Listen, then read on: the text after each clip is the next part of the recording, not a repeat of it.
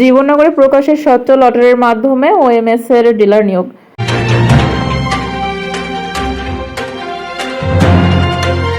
আসসালামু আলাইকুম দর্শক, সকলকে আমন্ত্রণ জানাচ্ছি বিবিআর নিউজ সংবাদে। চুয়াডাঙ্গা থেকে সহকর্মী এম আতিয়ার রহমানের পাঠানো তথ্যচিত্রে দেখুন বিস্তারিত।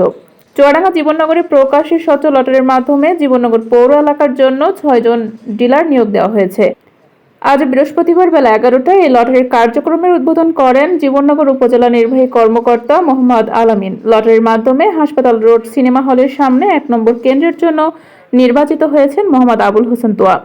নারায়ণপুর মোড় 2 নম্বর কেন্দ্রের জন্য লটারিতে বিজয়ী হয়েছেন মমিন মিয়া। জীবননগর মুক্তিযোদ্ধা অফিসের সামনে 3 নম্বর কেন্দ্রের জন্য লটারিতে বিজয়ী হয়েছেন সাব্বিরা হোসেন নয়ন।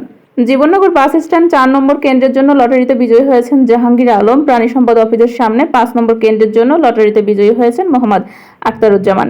জীবননগর চালবাজার 6 নম্বর কেন্দ্রের জন্য বিজয়ী হয়েছেন মোহাম্মদ মকসুদুর রহমান রিমন। এ বিষয়ে জীবননগর উপজেলা নির্বাহী কর্মকর্তা মোহাম্মদ আলামিন বলেন, প্রকাশ্যে স্বচ্ছ লটারির মাধ্যমে 6 জন ডিলার বিজয়ী হয়েছেন। তারা ডিলার হিসেবে নিয়োগ পাবেন। যারা বিজয়ী হতে পারেনি তারা আগামীতে বিজয়ী হবেন। আমি আশা রাখবো সবাই নিয়ম মেনে সকল কার্যক্রম পরিচালনা করবেন। কেউ অনিয়ম করবেন না। বিজয়ীদের জন্য শুভকামনা। উল্লেখ্য, সম্প্রতি জীবননগর পৌর এলাকায় 6 জন ওএমএস এর ডিলার নিয়োগের জন্য পত্রিকায় বিজ্ঞপ্তি দেওয়া হয়। গত 15 জুলাই আবেদনের শেষ দিন পর্যন্ত 30 জন আবেদনপত্র জমা দিয়েছিল। জীবননগর উপজেলা কৃষি কর্মকর্তা আলমগীর হোসেনের নেতৃত্বে যাচাই বাছাই কমিটি অনিয়ম ও বিভিন্ন কারণে 5 জনের আবেদন বাতিল ঘোষণা করেছে। 25 জনের আবেদন বৈধ ছিল। আজ লটারির মাধ্যমে তাদের মধ্য থেকে 6 জনকে ডিলার হিসেবে নিয়োগ দেওয়া হয়।